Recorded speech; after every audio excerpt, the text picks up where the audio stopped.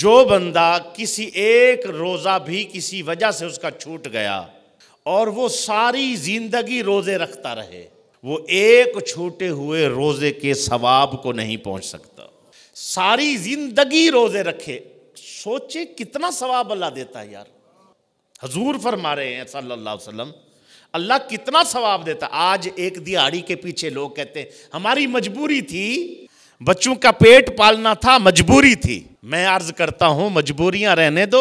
ये एक महीना आया है, अपने जिस्म पर जोर डालकर कोशिश करके मेहनत करके अल्लाह की रजा की खातिर खड़े हो जाओ। जो एक दिन का रमज़ान शरीफ का रोज़ा रखता है उसको सवाब क्या है?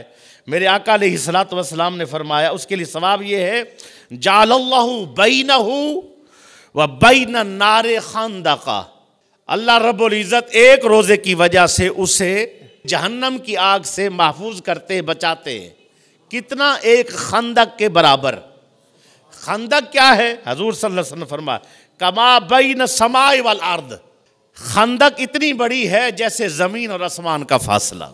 एक रोजा रमजान शरीफ का जहन्नम से इतना दूर कर देता है, मुराद क्या है? जन्नत नसीब बना देता है। और फरमाया अस्सयामु जुन्नतुन व हिस्नुन हसीनुन मिनन नार, जहन्नम से बचाव के लिए रमजान शरीफ का रोजा है, ये ढाल है, ढाल जहन्नम से बचाएगी। जैसे बंदा ढाल पहनता है और ढाल के बाद सामने वाले मुखालिफ का वार असर नहीं करता, ऐसे ही है जब कोई रोज़ा रखता है तो जहन्नम से बरी होकर जन्नत का हकदार बन जाता है। हजूर सल्लल्लाहु अलैहि वसल्लम फरमा रहे हैं दो चीज़ों की सिफारिशें कबूल होंगी। इस हदीस में दो हैं। वैसे औलिया अल्लाह की सिफारिश भी, माँ बाप की सिफारिश भी, सबसे बड़ी सिफारिश हजूर सल्लल्लाहु अलैहि वसल्लम की है, सबसे बड़ा हक आपका है। लेकिन इस हदीस में जो मैं पेश कर रहा हूँ इसमें दो जो है ना सिफारिशें बंदे के हक में कबूल की जाएंगी। या रसूलुल्लाह सल्लल्लाहु अलैहि वसल्लम कौन सी सिफारिशें? फरमाया एक कुरान जो पढ़ेगा कुरान भी सिफारिश करेगा, दूसरा जो रमज़ान के रोज़े रखेगा रमज़ान भी सिफारिश करेगा। हशर का दिन होगा, रमज़ानुल मुबारक इंसानी शक्ल में लाकर खड़ा कर दिया जाएगा। सवाल जवाब हो रहे हैं, रमज़ान शरीफ खड़े हैं। जैसे ही कोई रमज़ानुल मुबारक की कदर करने वाला आएगा, रमज़ानुल मुबारक उसको पहचान के अल्लाह की बारगाह में अर्ज करेगा, मौला इसने मेरी कदर की थी, रोज़े रखे, रात को तरावी पढ़ी, अपने एक एक लम्हे का ख्याल किया, मौला करम नवाजी फरमा, इसकी सिफारिश मैं करता हूँ, इसके हक में मेरी सिफारिश कबूल फरमा। अल्लाह फरमाते हैं कबूल फरमाई।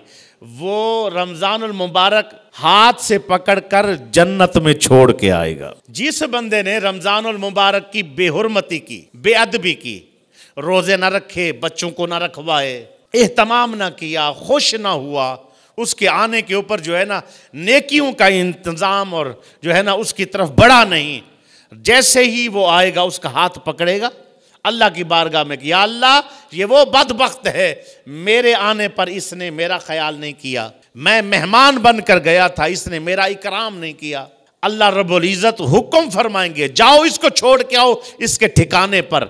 वो पकड़ कर रमज़ानुल मुबारक जहन्नम में छोड़ कर आएगा। आप कहेंगे शाह साहब इतना जोर क्यों दिया गया है? मैं बताता हूं क्यों दिया गया।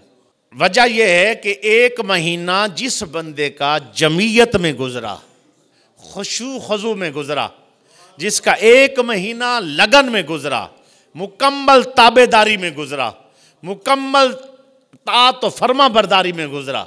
जैसे बंदा सफ़र पर जाता है तो सफ़र पर जाते हुए ज़ाद राह लेता है, ज़रूरत का सामान लेता है, प्यास लगे तो पानी पी लेता है, सफ़र में भूख लगे तो खाना साथ होता है, खाना खा लेता है। दूसरे बंदे निढाल होकर पड़े होते हैं, वो जो सफर पर बिल्कुल चाको चौबंद होकर सवारी भी जा रही है, खुद भी जा रहा है, तो उससे पूछा जाता है क्या वजह है कि आप इतने चाको चौबंद होकर जा रहे हैं? वो कहते हैं मेरे साथ मेरी सवारी का भी मेरा भी ज़ाद रहा है, खर्चा मौजूद है, इनके सामान मौजूद है, जब ज़रूरत पड़ती है तो सवारी को खिलाता हूँ, मुझे ज़रूरत होती तो मैं खाता हूँ, सवारी भी तवाना है और मैं भी तवाना हूँ मंजिल पर, इसीलिए तेज़ी से पहुँच रहा हूँ। भाई रमज़ानुल मुबारक में की गई नेकी आपको अगले महीने में नेक रखने में काम देगी। कहते हैं जिसका रमज़ान शरीफ अच्छा नहीं गुजरा, मुजद्दिद पाक ने फरमाया रहमतुल्लाह ताला, हजूर गौस पाक ने भी फरमाया है, ख्वाजा हसन बसरी भी फरमाते, जिसका रमज़ान शरीफ अच्छा नहीं गुजरा, समझ लेना आने वाला पूरा साल उसका बेकार गुजरने वाला।